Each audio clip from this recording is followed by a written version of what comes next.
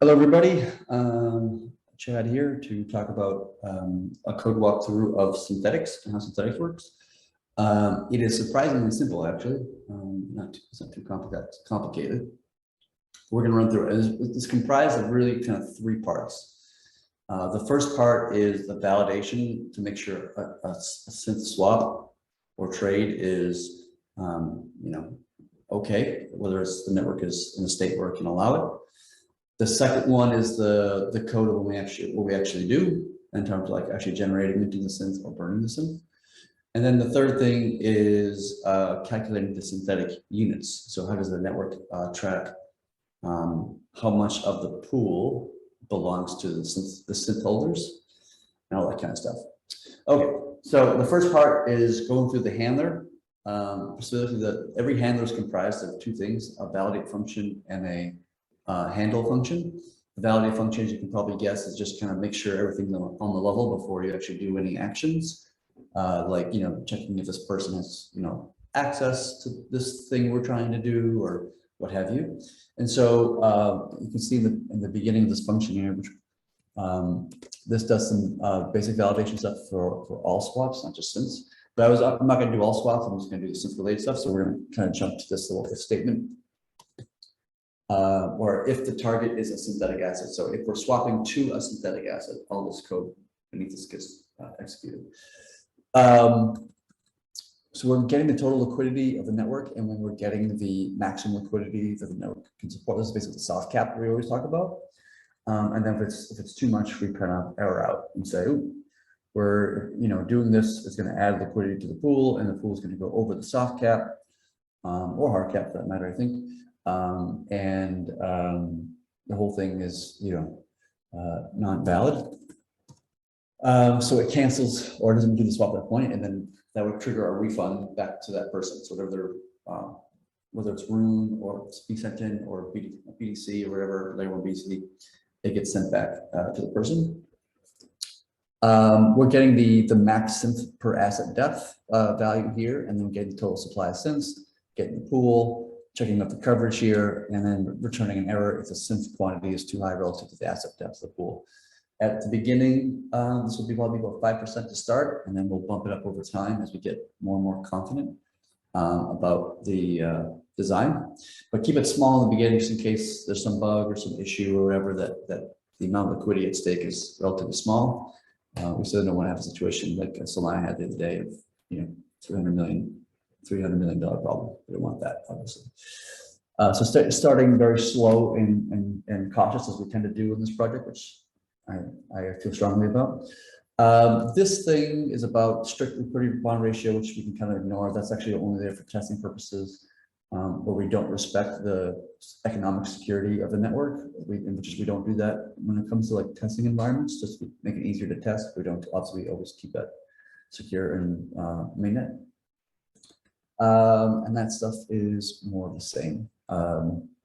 This is the hard cap right here, if I'm not mistaken. So up at the top was the soft cap. This is the hard cap. Hard cap will always be there to always make sure that we don't have more Rune in the pools than total bonded Rune of active nodes. So that's an important kind of distinction to have. So any of these things happen, the handler errors, the whole thing triggers a refund back to the issuer, and they get an error back saying whatever the problem was. That's the first part. The second part is the actual swap, which I'm not sure. Let me see here. Give me a second to find my way.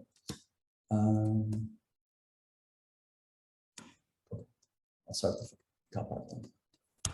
Okay, so this is the swap function, which is actually comprised of two swaps or one swap, depending if it's a single swap or double swap.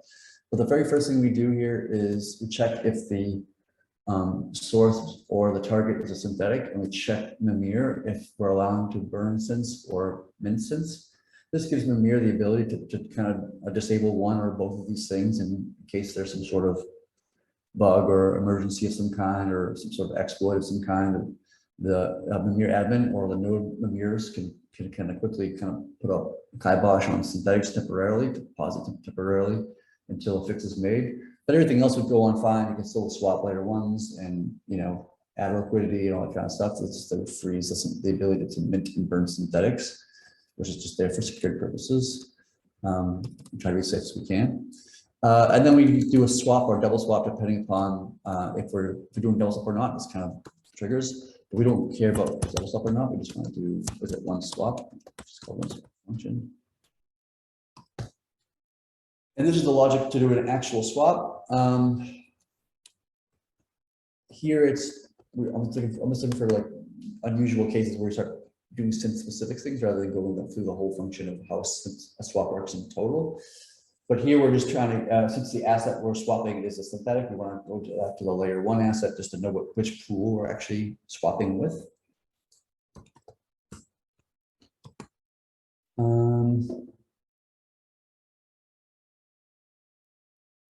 Here we're getting the total synth supply for the asset and then calculating the pool units and then setting it to the original form. So whenever we have, we had this thing of like storing the original pool before it was altered, just in case there's some sort of error later in the swap process that it can return and then reset this pool state to its original state rather than to all the changes or manipulations that are made to the balances or the liquidity units or any of these things.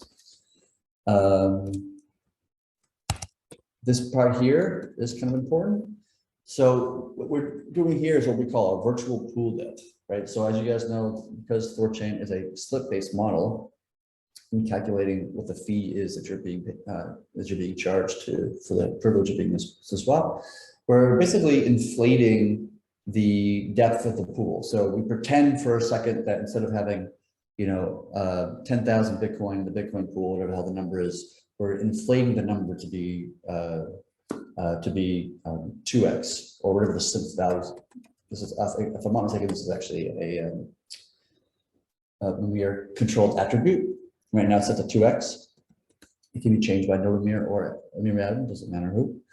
And so we're inflating the actual pool depth to give you a lower price, effectively, and incentivize people to use synthetics swapping versus layer 1 swapping, because you are doing the network a favor when you do that, because we're giving less work for the validators to do to make more observations. So like in theory, like a single layer 1 swap on BTC or on Binance chain or whatever causes each individual validator of the network, which is currently around 70 or whatever the number is.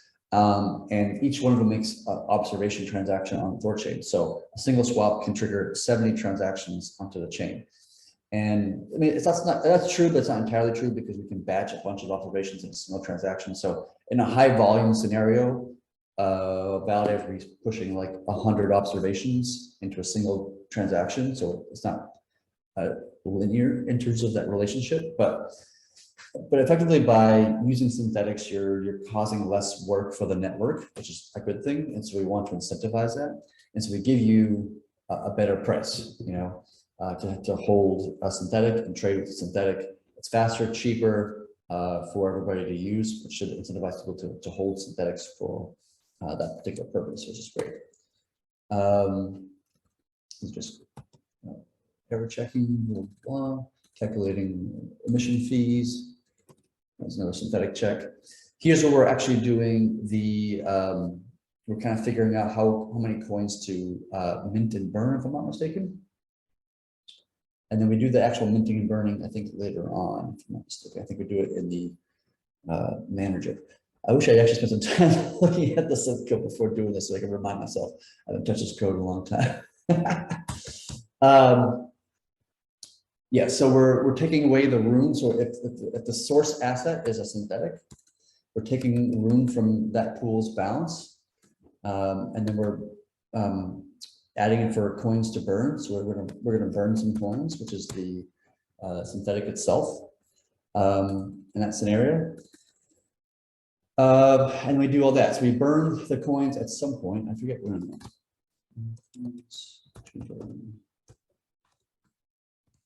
Some point we do that. Yeah, okay, at the end of the function. So before we actually return and have a successful swap, this is the very end of the swap function. Before we end and return all the information, we check to see if there's any things to burn, and then we go to the module. We kind of send synthetic from the Asgard module to THORChain module, which is just there for minting and burning purposes, and we burn that stuff. And here we actually do the burn. Yeah, so we're checking for error, and if there's no error, then we come over here and we go ahead and burn whatever number of coins this is from the network. Simple as that. For the other process, though, of we mint, that's done in another file, which is in, I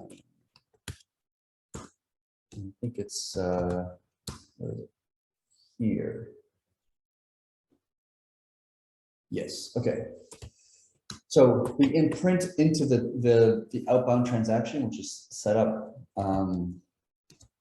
here somewhere. The toy. Here it is. We set the toy, if we're going to do a synthetic, we set the toy module to be the THORChain module, so basically non-nil or non-empty. And then we later on check that to say, hey, if the outbound module is from the THORChain module, that basically is our trigger to say, our indicator to say, hey, we gotta mint this stuff. And so it goes ahead and mints the coin, whatever it is, to the address that we're trying to mint it to. Rather mints the module more accurately, excuse me. And then we send from the module, which is the THORChain, the module here, which in this case is the THORChain module, to the address that we're sending it to. So it's the THOR1 address, whatever the hell that is. That's it from the swapping perspective and how we mint and burn synthetics, and then how we send those out. And then for the last part is really just one little function. It's very small, but it's very important. Is this calculate units thing. So this is the equation that the system uses, which I forget what L stands for. Oh, LP units, yeah. So the L stands for LP units, the S stands for synthetic units, I think. The number, sorry, synthetic supply, actually, excuse me. The two, the A is asset balance of the pool, and then the S again is the synthetic supply, which is being passed in the parameter here. So yeah, we're calculating at this time, whenever we try to get the pool status, we dynamically change the amount of synthetic units. So the pool units is, let's see here, this object here. So we basically have a few things here. I guess the pool units is dynamically added later on, yes. So there's two things, there's the LP units, which is here, and then there's the synthetic units, which is here. So the LP units is what is the units that the LPs have, the synthetic units is the units that the synth holders basically have.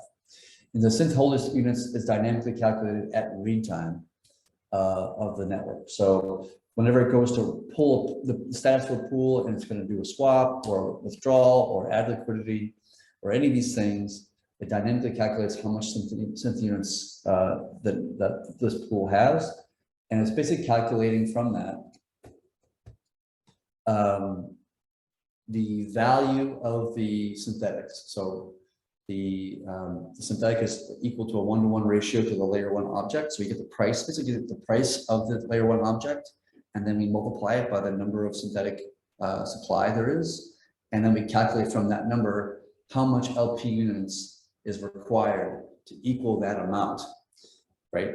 So if the Bitcoin price goes up relative to asset, the number of synthetic units will go up. But if the Rune price goes up relative to asset, then the synthetic units will go naturally down. And that's what, would cause things to be added or subtracted in that sense. Yeah, that's the math of it. That's simply how it works. Yeah, that's it in a nutshell. How long is that? 20 minutes? Yeah, that was great. So folks in the audience, feel free to raise your hand if you want to hop up and ask some questions, or feel free to throw things into chat. Give folks a couple seconds to do that. Okay, got a hand up already. Let's see. Chris. Yeah. Hello, can you hear me? Yes. Could you just go through, there was a question regarding the swap queue. So yeah, minting and redeeming are swaps, and from what I understand, they all get queued up after the swap Right. handler and get executed in blocks. Do you want to do it through the code, or we'll just kind of explain it on a higher level? I can do either way. Yeah, show the code. Yeah, why not? I think they're done on the same, but I'm not 100% sure. Yeah. I have to remember where is the swap. What is it called? It's a different line. Ah, there it is. There's the line I'm looking for. Okay, so we're in the handler. It's called observe TXM. This is what this is like a when we observe an inbound transaction from a layer 1 chain, and there's another handler for when it's Rune on an own native chain, but this is for layer 1 external chains. This handler is what gets executed to once a consensus is made of some sort of transaction on, you know, BAB, for example.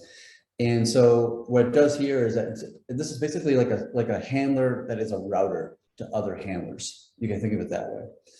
But in the unique case of swaps, it doesn't really actually execute the handler. There is a swap handler, but that never gets executed from this.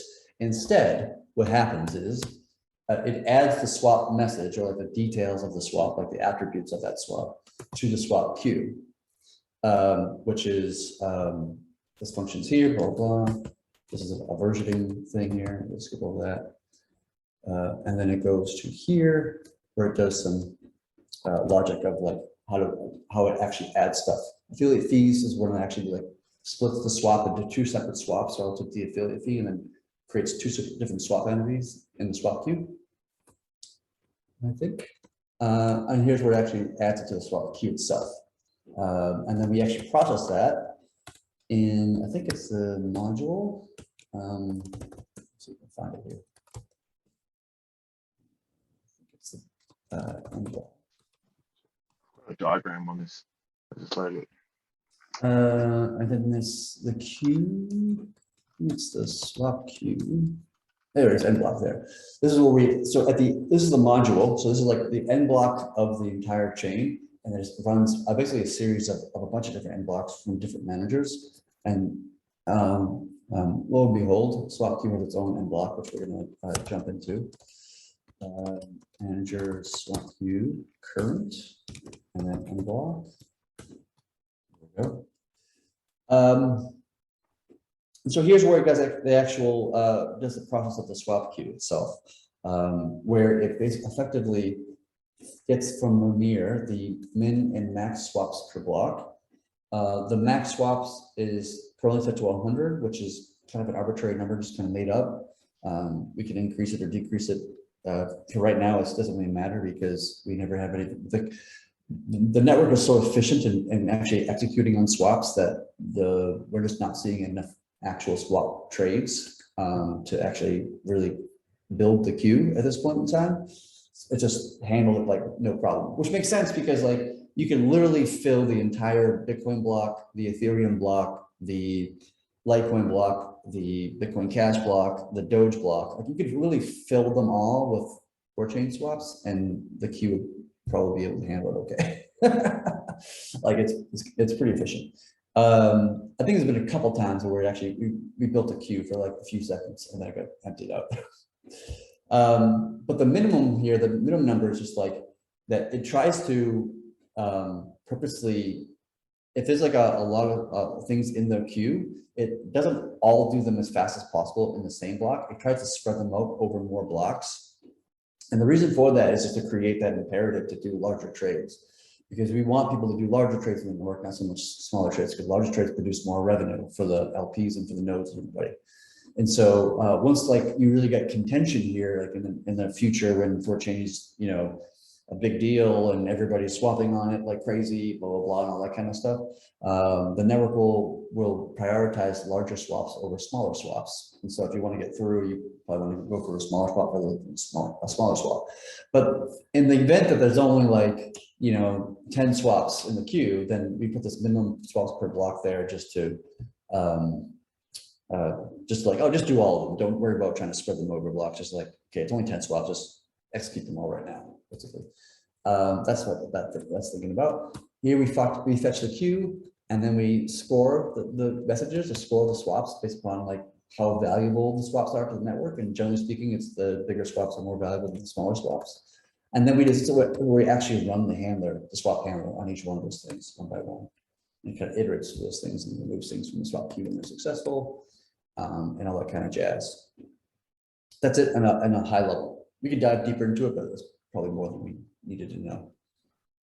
And that's the same for L1 swaps and minting and redeeming consistency swaps.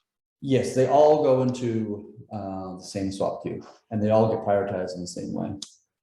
All the same rules. Awesome. Yeah. I did have a question here. Yeah. So I know a bit about this. IBC usage, is there any plans for, let's talk to me about once I've minted a synthetic, and I've got that on the replicated state machine. Yeah. Is there any, what's the plan for usage for IBC to move that outside of THORChain? Yeah, so IBC is something we're interested within this context. Once we have synthetic assets, you'll at some point in the future be able to beam them out to osmosis or derivatives exchange or whatever it is out there. That's in the plan to do so, and I don't think that's very hard to do because at that point we're just using a vanilla IBC implementation that doesn't require any fancy dancy things. Only thing we need to the only fancy dancy thing we need to do is make sure we don't allow external assets to be beamed in, like Atom or like technically you can actually allow it. It wouldn't be of any purpose to it. You couldn't do anything with it other than just store it on our blockchain, which would be completely pointless, and additional risk for no value whatsoever. So yeah, that shouldn't be like too long. I don't know how much time that is. I think it's probably up to the Nine Realms team has been working on this IBC for a while. Back in the day, we spent months working on IBC, trying to get a mechanism that actually would work for our needs, and we couldn't get it to really quite work for us, unfortunately. But doing just the synthetics and Rune should be pretty straightforward and simple. All right, cool. Thank you. Thanks for the questions. Let's see. So I just want to shout this out. So Red Alligator asked, which Git code branch should they be looking at for the code that will be running on StageNet. Right now, you can look at develop. As we get closer to go live on StageNet for all of this, I can get I'll put out a announcement with a more specific branch. But that's the kind of current state of play there. Let's see. Any other questions from the audience or folks that want to hop up to ask a question?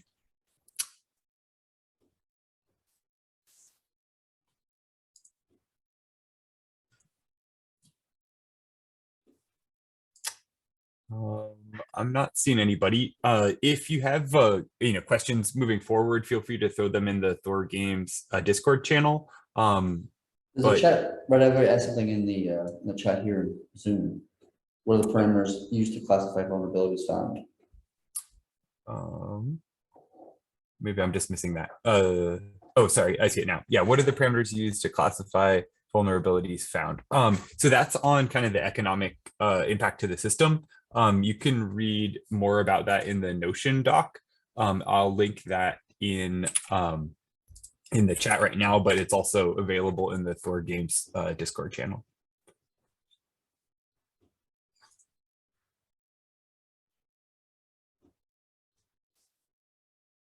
Great. Going once, going twice. All right, not seeing any other questions. So yeah, big shout out to Chad. Thank you so much for hopping on to step us all through this. I'll get the recording out so that folks have that as a resource. As questions come up, feel free to throw them into the THORGames Discord channel. And yeah, looking forward to getting this all rolling.